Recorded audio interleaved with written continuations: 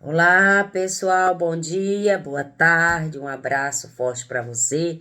Desejo tudo de bom para você nessa tarde de hoje, tarde, manhã, não sei a hora que você vai ver esse vídeo, mas a hora que você for ver, que você seja realmente abençoada, amém? Que você seja contemplada, que o anjo do Senhor, que acampa ao redor dos que o teme, livre você de todo mal, que livre você, sua casa, sua família, seus familiares, amigos e parentes e companheiros, porque nós temos amigos, nós temos colega, nós temos companheiro de trabalho, nós temos vizinho e vizinhos, né?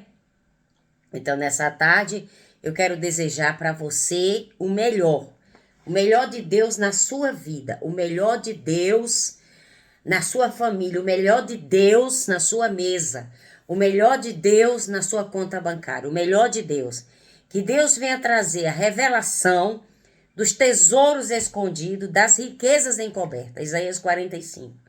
Que Deus possa revelar esses tesouros escondidos, essas riquezas encobertas, né? Que nós estamos precisando, né, gente? Daí dos dólares, dos euros, dos francos, na nossa conta bancária. Que o franco está alto e nós precisamos que Deus possa nos abençoar, né? Quem sabe alguém deposita aí uns 50 mil francos, uns 50 mil dólares na sua conta aí, você, meu Deus, quem depositou esse tanto na minha conta foi o anjo que depositou, amém? Diga amém, eu recebo. Que eu também recebo. Eu também recebo essa parte. Porque Isaías 45 diz que Deus falou, eu vou na sua frente, Ciro. Eu vou na sua frente, Ciro, eu vou calar as nações. Eu vou te dar autoridade, eu vou te dar poder para você administrar aonde eu estou te colocando, né? Eu irei na sua frente. Eu vou calar os reis, eu vou quebrar as troncos, eu vou quebrar as portas, eu vou despedaçar as portas de bronze e quebrar as cadeias, né? As fechaduras, aqueles cadeado duro, cerrado, velho, antigo, aquela âncora que está ancorada ali e não está deixando o seu barco sair do lugar e você começar a andar para frente e ver o que Deus tem para fazer na sua vida. Então, nessa manhã, Deus vai na nossa frente, como ele foi na frente de Ciro. Ciro, a palavra de Deus diz que os historiadores dizem que Ciro não era nenhum pastor, não era nada, mas Deus, quando quer chamar, ele chama, não importa quem você é. Hein? O importante na nossa vida é que Deus, ele não olha se você tem uma mansão, ele não olha se você tem uma BMW, ele não quer saber se você tem um áudio da última geração, ele não quer saber se você tem um carro daqueles que quando para assim, todo mundo para ver. E Deus não quer saber, Deus quer olhar se você tem disposição. Se você tiver um coração disponível, talvez Deus encontrou disponibilidade no coração de Ciro, não é verdade? Para ele entrar na Babilônia, para ele ir lá tirar o povo que estava em cativeiro, que estava preso, que estava sendo saqueado, irmãos. Então Deus, ele levanta quem ele quer. Não importa onde você esteja, dormindo numa ponte, num monturo, se está numa prisão, se você está desempregado, se você não tem nenhum diploma de engenheiro, se você não tem nenhum anel de doutorado, Deus não quer saber se você tem anel de doutorado. Pedro era um simples pescador. Pedro vivia pescando para sustentar sua família. E um dia Deus chegou para Pedro e disse, Pedro, me segue a partir de hoje. E Pedro deixou as redes lá e seguiu Jesus, né? Eliseu estava na terra malhando, lavrando a terra, né? Quando Eliseu chegou e chamou ele, quando Elias chegou e chamou Eliseu, né? Então, quantos? Gideão estava fazendo o quê? Gideão estava trabalhando, né? Quando o anjo chegou e falou com Gideão.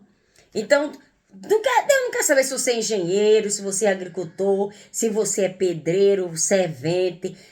Não importa a sua profissão. O que importa é você ter um coração humilde, um coração quebrantado e um coração que Deus está vendo ali, que você tem ansiedade, tem anseio para servir a Deus. Meus amados, meus queridos, se a gente fosse olhar, aliás, se Deus fosse olhar para a nossa aparência, nós estávamos fritos.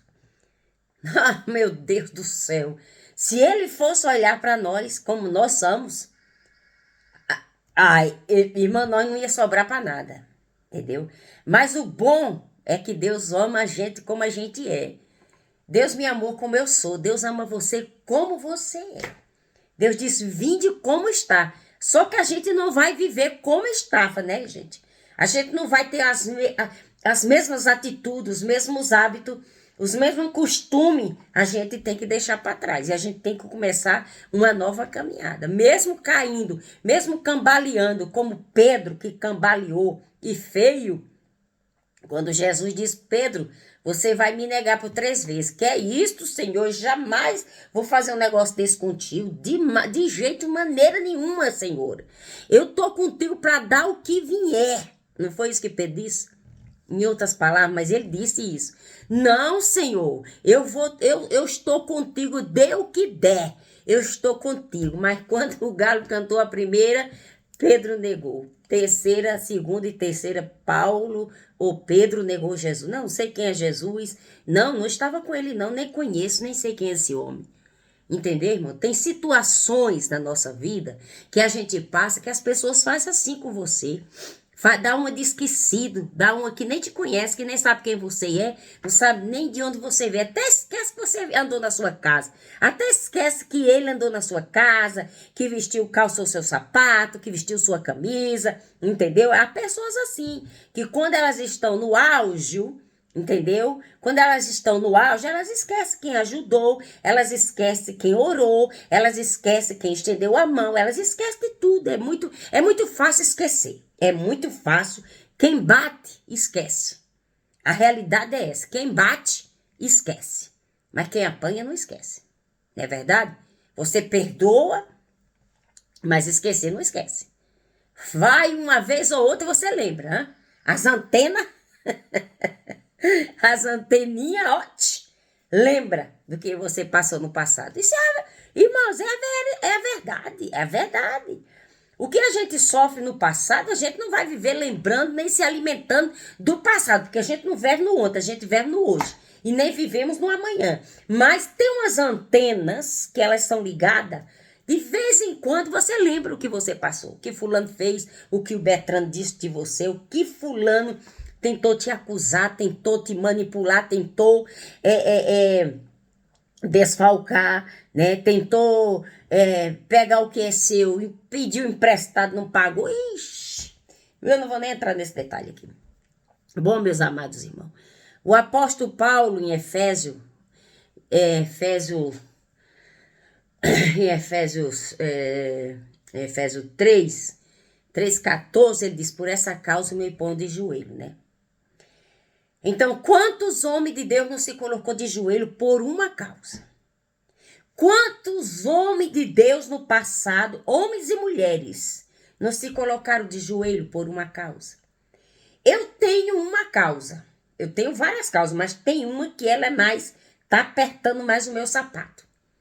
E é quando aquela causa aperta mais o nosso sapato, que faz um calo no sapato, que não deixa você dormir, que não deixa nem você andar direito, que o sapato está incomodando.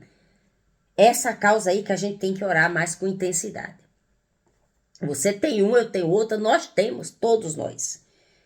Então, nós focamos naquela que está nos causando transtorno, né? Não é que a gente vai ficar sem comer, sem dormir, porque a causa tá gerando transtorno, não. A gente vai orar, como Paulo se posicionou para orar pela igreja, como Abraão também tinha uma causa, não só uma, mas várias causas.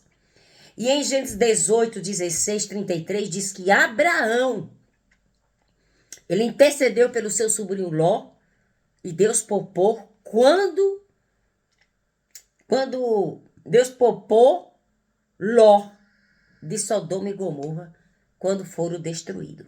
Mas por que Deus livrou Ló e a família dele? Tirando a mulher que olhou para trás e virou uma estátua de sal, né? Porque Abraão se posicionou por esta causa. Abraão foi ali diante de Deus e foi falar do seu sobrinho Ló. E ali foi tendo um diálogo com Deus. Se tiver 50, se tiver 25, se tiver 20, se tiver 5, se tiver 10. Abraão foi tendo um diálogo com Deus. Ele falava e Deus perguntava e ele respondia. Até que Abraão convenceu Deus que ali em Sodoma e Gomorra, que era uma cidade que estava vendo tudo que não prestava, e Deus já estava fedendo no nariz de Deus. E Deus ainda mandou avisar para Abraão. Olha, eu vou mandar o anjo entrar em Sodoma e Gomorra e vou destruir Gomorra. Aí Abraão se lembra que quem está em Sodoma e Gomorra era o seu sobrinho Ló. Não, Senhor, meu sobrinho está lá com as 2 filhas. E a mulher. Então, Deus mandou o anjo ir lá tirar Ló e disse, vocês quando saírem da cidade não olhem para trás. Irmão, nós temos o hábito muito feio de viver olhando para trás, né? A gente não pode carregar nosso passado, a gente lembra, mas a gente não tem que carregar ele conosco. Deixa ele para lá. Lembrar de vez em quando as antenas ligam, a gente lembra. Mas o passado não pode nos acompanhar. Então, Abraão tira essa causa aqui. E foi lá interceder pelo seu sobrinho Ló, né? Em Gênesis 32, 22, 32, Jacó também tinha uma causa. E qual era a causa de Jacó, gente? A causa de Jacó é que Jacó fez uma besteirinha com seu irmão, né? Fez aquela besteirinha com o irmão dele, roubou a primigenitude, né, do seu irmão, enganou seu pai, a sua mãe que o induziu, o que levou ele a fazer aquilo. Então, Jacó tinha uma guerra com seu irmão Esaú. E uma guerra a tempo de dar morte. Porque Esaú que vinha e os dois iam se encontrar e iam se chocar. Esaú já vinha preparado para a guerra. Mas a palavra de Deus diz que Jacó também tinha uma causa. A causa de Jacó era essa, a desavença entre ele e o irmão dele. Jacó já tinha uma mulher, já tinha filho, já tinha concubinas, né? Esaú também já tinha família, já tinha um grande rebanho, era um homem rico. Jacó também era rico, que não saiu pobre, ele chegou sem nada na casa do seu sogro, mas ele saiu levando uma fortuna. Mas Jacó não podia dar de frente com o irmão dele. O que aconteceu foi que Jacó, no vale de Jaboque, lutou com Deus. Até o romper do dia. E Deus o abençoou. Porque Jacó não desistiu. Ele não poderia encontrar com seu irmão sem Deus lhe dar a benção, né? Porque o pai dele abençoou ele. Mas só que a benção do pai dele não foi o suficiente para ele enfrentar o seu irmão Esaú naquele dia. Que a mãe dele mandou ele sair, voado. Porque sabia que seu irmão era um homem de caça, era um homem forte, né? Caçador, lutador, que ia dar um soco no Jacózinho, né? Traiçoeiro, trapaceiro, e ia deixar ele estendido no chão. É o que acontece com muitas famílias, as desavenças, as brigas, as rixas, brigam por tudo e por nada, e no fim não se ajeitam, não se perdoa, né? Quando um aí vai chorar em cima do esquife, chora, lamenta, com sentimento de dor, de mágoa, deixa a pessoa lá. Não adianta falar mais, morreu, não adianta falar em cima, porque ali parece que é um boneco que está dentro daquele caixão. Viu, irmãos? A alma, o espírito já não está mais ali. Então não adianta pedir perdão para o morto, não adianta falar para o morto que ele não está ouvindo. Ali só está a carne e os ossos. O espírito e a alma já foi levado. Tá me entendendo? Então, Jacó, ele luta com Deus. Passou a noite toda numa batalha. Agarrou-se no anjo e não soltava o anjo. Você já imaginou que homem corajoso lutar com o anjo? Então, ele tinha essa causa. O que aconteceu? a perseverança dele na oração, naquela noite no vale de Jaboque, quando ele lutou com Deus, ao romper do dia, Deus decidiu abençoar Jacó. Né? E como já disse aqui que Moisés, na peleja entre os israelitas e os amalequitas, quando Moisés intercede, Moisés não estava lutando contra desconhecido, mas Moisés tinha aquela causa ali para vencer os amalequitas. Viu? E você sabe quem eram os amalequitas? Os amalequitas eram neto de Esaú, este filho de Isaac, neto de Abraão. Você está vendo aqui de quem era a luta de Moisés contra a herança. Neto de Esaú, filho de Abraão. Esaú, irmã de Jacó. Os Amaleque era neto de Esaú. A descendência de Abraão. Era um povo que se rebeliou contra Deus, que até hoje existe a guerra deles contra o povo de Deus. E Moisés só venceu esta causa porque ele se posicionou no cume do monte. E botou Josué para ir com homens selecionados, porque, vamos supor, para entrar no exército brasileiro, em qualquer exército, existe uma seleção de pessoas. Não é qualquer um que serve o exército. Se tiver um pequeno defeito, uma pequena falha ali, ele já neutraliza e dá negativo, não pode entrar no exército. Então Josué tinha que escolher homens preparados, escolhidos para enfrentar os amalequitas, que era neto de Esaú, filho de Isaac. Este filho de Isaac e neto de Abraão. Então, nós vemos aqui que estava ali 2 homens sustentando, ajudando, não deixando que Moisés desistisse daquela luta, daquela peleja, que não foi fácil. Então, outra coisa que um homem se posicionou por uma causa, né? Como o apóstolo Paulo, por esta causa, eu me ponho de joelho. Josué orou e o sol se deteve em Gibeon e a lua no vale de Agilon. Até que o povo se vingou dos seus inimigos, o sol se pôs quase o dia inteiro. Meus queridos, quem é a pessoa que ora hoje para o sol parar e para a lua se deter? Me diga aí se você conhece alguém aí que já orou por sol parar o dia inteiro e a lua se reteu. Eu quero que você me diga se você conhece alguém que orou assim e Deus fez. Para isso acontecer nas nossas vidas, nós temos que ter uma vida de integridade com Deus, uma vida de honestidade, uma vida de sinceridade, uma vida de obediência, viu? Obreiro desobediente, obreiros que rouba ovelha do pasto que ele comia, do pão, do pasto que ele se alimentava, ele vai lá e divide a igreja, né? A igreja fica dividida, um desse aí nem adianta que a oração dele não passa do teto. Eu já convivi com pessoas que fez isso na igreja. E levou as ovelhas assim, levou facilmente, é muito fácil de levar.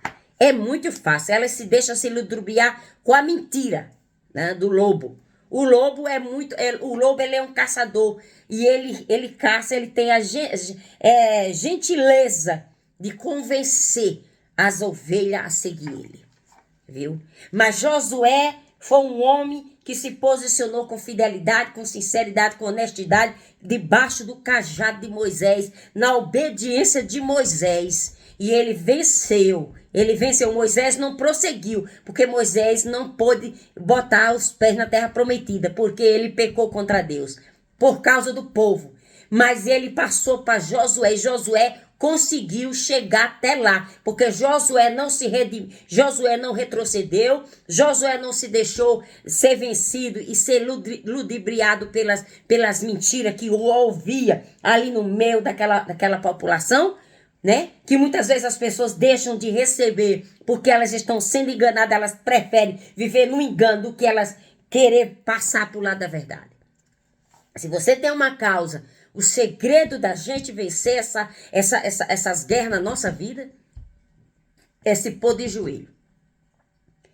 Olha que esse negócio de se pôr de joelho já vem lá do passado. Já vem desde quem? Lá de Gênesis. Desde Gênesis, Abraão interceder várias vezes pelo povo. Hein? Moisés também, Josué. Ana também se pôs por uma causa de joelho e ela obteve vitória. Olha, se você tem um filho que está naquela situação, se você tem uma causa que aquela causa para você, para o homem não tem jeito, eu quero dizer, para Deus tem jeito.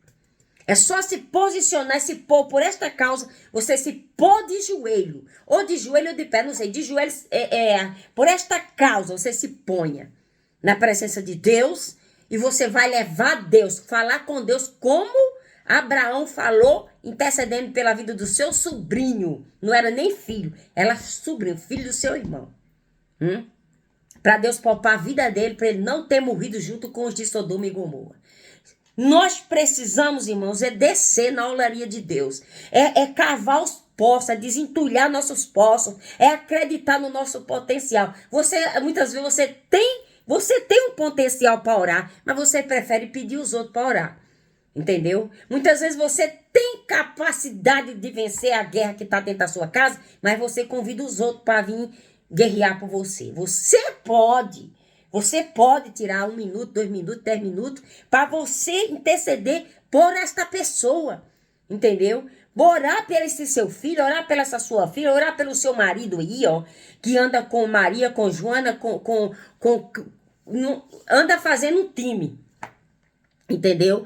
Você quer ter vitória na sua vida? Então o segredo é esse, se posicionar como esses homens de Deus se posicionaram e viram a resposta de imediato na vida deles. Pai, muito obrigado por tudo. Eu quero abençoar cada ouvinte, cada inscrito nesse canal. Que o Senhor abençoe poderosamente. Que o Senhor desamarre, que o Senhor destranque, que o Senhor desacorrente, que o Senhor traga cura, traga libertação, traga transformação. As portas do inferno não podem prevalecer sobre a sua igreja. Deus, eu consagro cada um nesta tarde. Eu declaro que assim como o Senhor foi na vida de Ciro, seja na vida de cada irmã, de cada irmão. Que o Senhor abençoe, papai, a entrada, a saída e a permanência. Deus, que o Senhor solte agora. Tudo que está presa, bloqueado, acorrentado, seja desbloqueado agora. Recebe esse aumento, recebe essa porta de emprego, recebe esta cura, recebe esta alegria no seu coração, recebe essa transformação, recebe o mover de Deus na tua vida. Minha querida, não se preocupe, descansa, deleita no Senhor, que Deus está mandando o anjo nessa tarde entrar nessa situação e desatando, desamarrando e desacorrentando. Deus disse que essa moabita que armou o ciclo, que armou tudo, que programou tudo, Deus disse que ela fez, mas ela vai receber de volta o que ela está fazendo. A vergonha vai ficar para ela, porque Deus está virando essa página e Deus está escrevendo uma nova página de vida com vitória na sua vida. Agradeça a Deus por tudo, só o nome do Senhor seja para todo sempre glorificado. Deus te abençoe, um abraço e até amanhã em nome de Jesus.